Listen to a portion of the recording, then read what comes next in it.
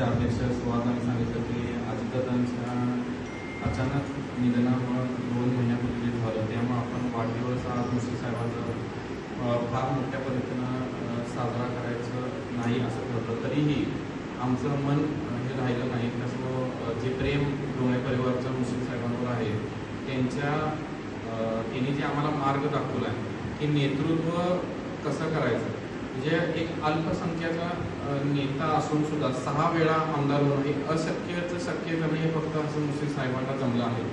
आज तुम्ही बघत आहे की आपलं म्हणजे महाराष्ट्रात एकमेव मुश्रीफ साहेब असतील जे कॅबिनेट मिनिस्टरपर्यंत मला 2-3 वेळा कॅबिनेट मिनिस्टरपर्यंत पोहोचले. हे पूर्णपणे त्यांच्या कर्तृत्वानं त्यांच्या कष्टानं साधारण सकाळी 6 वाजता आपण जेव्हा डोळे उघडतो तोपर्यंत त्यांचा दरबार हा चालू होतो.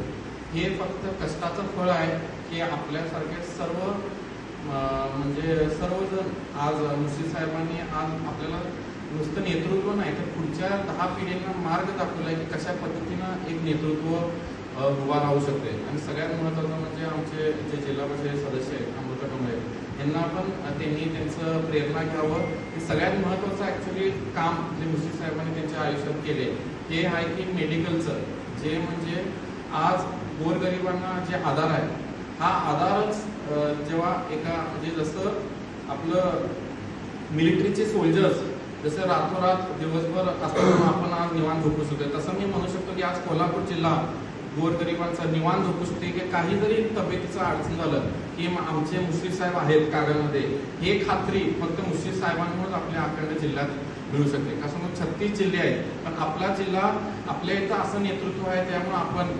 कुठलंही सामान्य माणूस सुद्धा म्हणू शकतो की मी मुंबईत ट्रीटमेंट करणार अभिमानानं का कसं मग आमचे मुश्रीफ साहेब कागदमध्ये हे सुद्धा कुठल्याही पक्ष न बघता फक्त कोणीही येऊन दे त्यांच्याकडे त्यांच्या दरबारने ते जेवढंपर्यंत आणि 100% काय ना काय तर काम होणार म्हणून तर त्यांचा दरबार असं म्हणला जातो. आणि अशा पद्धतीनं मला वाटते अमृताईंनी सुद्धा त्यांचा प्रेरणा घ्यावी. त्यांना आज 5 वर्ष म्हणजे 60 महिने संधी मिळाल्या.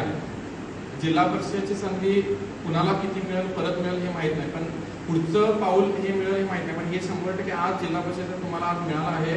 असं काम करा की पुढचे 50 वर्ष सुद्धा तुमचं नाव निघालं पाहिजे. अशा पद्धतीनं तुम्ही काम करा. आता मग कामाची संधी हे माझं मत ज्या पद्धतीनं आरक्षण पडलं किंवा त्यांना आज संधी मिळाली की 100% आज स्वामी समर्थांच्या निमित्तानं त्यांना एक गोल्डन चान्स मिळाला आहे.